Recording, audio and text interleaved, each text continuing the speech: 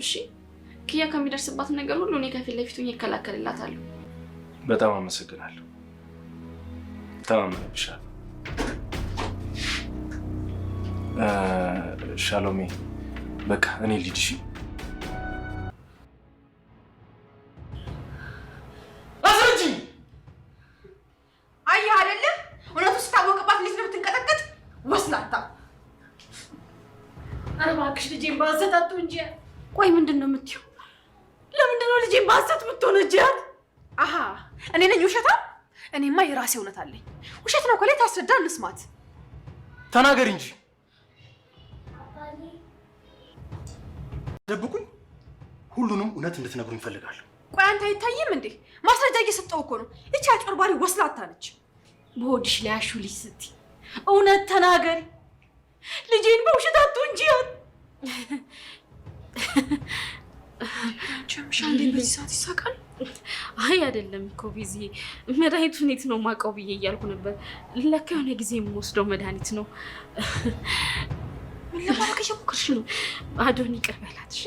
ያው ሆርሞኑ ነው እኮ ረስታ ነው። ሻሎሜ አይዞሽ እሺ፣ አይዞሽ። ነገሩን አታካብዱት በቃ። ቆይ ምን ለማድረግ እየሞከራችሁ ነው? ቤዛ እህትሽ የምትለው ምንድን ነው? እና ልጄ እዚህ ቤት የምንሰራው በሰላም ለመኖር ነው እንጂ ደደቦች ሆነን እኮ አይደለም። አንቺም ሆንሽ ወይዘሮ ቤዛ በውስጣችሁ የምታስቡትን ክፋት ጠንቅቀን እያንዳንዷን ነገር እናውቃታለን። ይሄ መርዝ የሆነ እጃችሁን ከኪያ ላይ ብታነሱ ይሻላችኋል። አለበለዚያ ለፖሊስ እጄ እኔ ነኝ እጃችሁን የማስይዛችሁ። ግን አልተኛላችሁም፣ አሳያችኋለሁ። ምን ያክል ርቀት እንደሚሄዱ ነው ያሳዩኝ። አንቺ ደግሞ ስለምን እንቅልፍ ነው የምታወሪልኝ? ገና ብዙ ነገር አለ። የዛሬዋን ቀን አንረሳትም አይደል? ክፋት የሚያደርጉት ክፋት የሚሰሩት ሴራ ሁልጊዜ ከፊት እየቀደመች ስታከሽፍባቸው ለእቅዳቸው ወጥመድ ስትሆንባቸው ሲገባቸው ሻሎምን ለማጥመድ ከአዶኒ ጋር ለማጣላት የጀመሩት እቅድ አሁንም አልተሳካላቸውም። እውነት ሁልጊዜ አሸናፊ ናት። ሐሰት ሁልጊዜ ውርደትንና አንገት ያስደፋል እንጂ ሲያሸንፍ አይተናናቅም። የገዛ ልጇን በሆዷ ይዛ የሰው ልጅ ለመግደል እኔ የኔ ልጅ ብቻ ነው እንዲያቅፍ የቤቱ ድምቀት እንዲሆን የምፈልገው በማለት ያልወለደቻት ልጅ ለመግደል ለማጥፋት ቆርጣ የተነሳችው ቤዛ አሁን ሻሎም አልተኛላትም። ምስኪኗን አንድ የአይን ብሌን የሆነችውን ለአዶኒ አጥፍታ ምን አይነት ህይወት ነው የሚኖራት? ምን አይነት ደስታ ነው የሚኖራት? ሰው የራሱ ልጅ ሊወልድ ቀን አቀርቶት የሰው ልጅ ይጨክናል። የራሱ ልጅ ለማጥፋት ሳይሆን የሰው ልጅ ለመግደል እንዴት ይሮጣል? በራሱ የማይፈልገውን በሰው እንዴት ይሞክራል?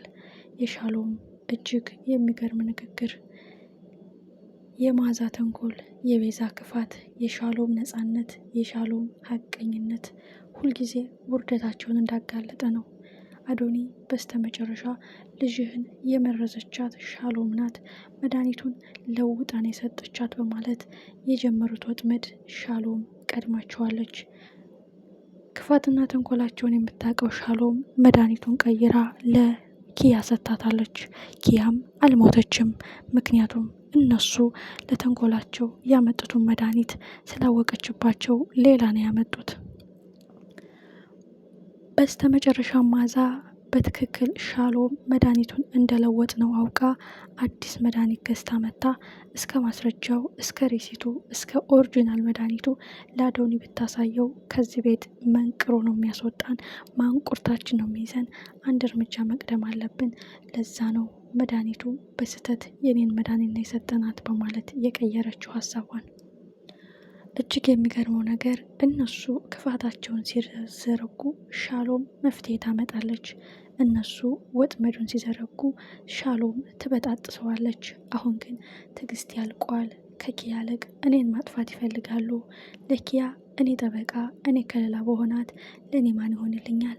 ስለዚህ ያለኝ አማራጭ እውነቱን ለአዶኒ መናገር በማለት ወስናለች። ይህ ውሳኔዋ ግብ ሳይመታ እንደዛ እንዳያረጓት፣ ጉድ እንዳይሰሯት። ምክንያቱም እቅዳችን እያከሸፈች ወጥመዳችን እያበላሸች ያለችው ሻሎም ናት በማለት እርግጠኛ ስለሆኑ መጀመሪያ ከኪያ ሻሎምን ማጥፋት አለብን ብላ ቤዛና መዓዛ ወስነዋል።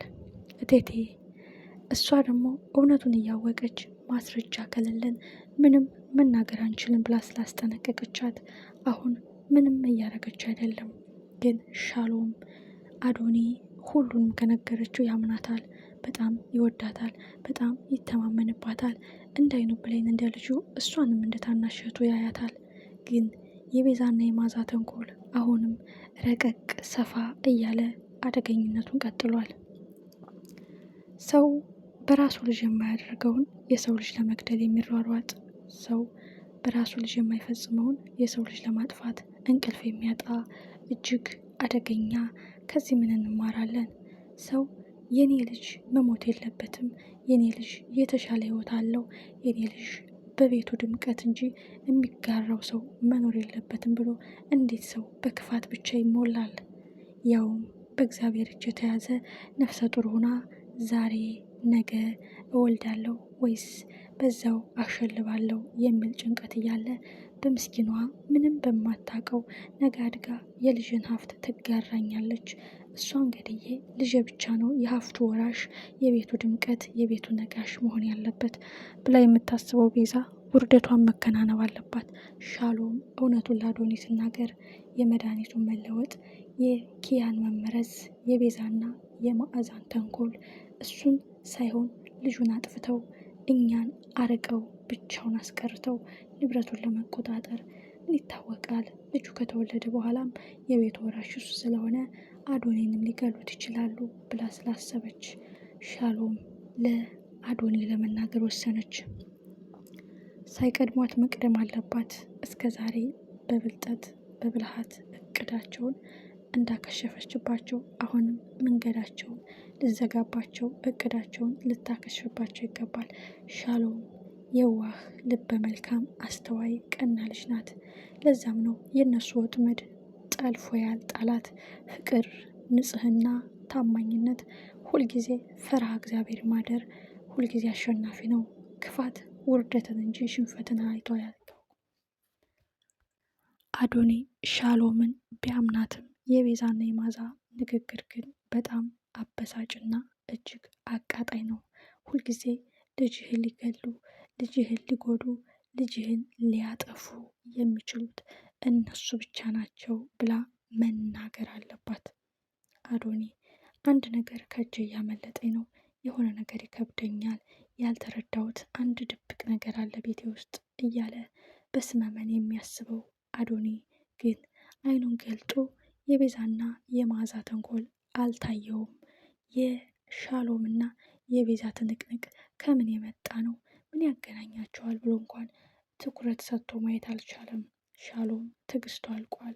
እውነቱን እናገራለሁ፣ እሷ ታማኝ አፍቃሪ፣ ልጁን ተንከባካቢ ብትመስልም ግን ምላሷን ቅቤ እየቀባች ጉድጓድ እየቆፈረች ያለች፣ ለልጁ ጥላት የሞቷን ቀን እየቆጠረች ብዙ ጊዜ ልትገላት የሞከረች፣ ልጅህ ልታጠፋ ያለች እህትህና ውዷ ባለቤት ናት ብላ መናገር አለባት።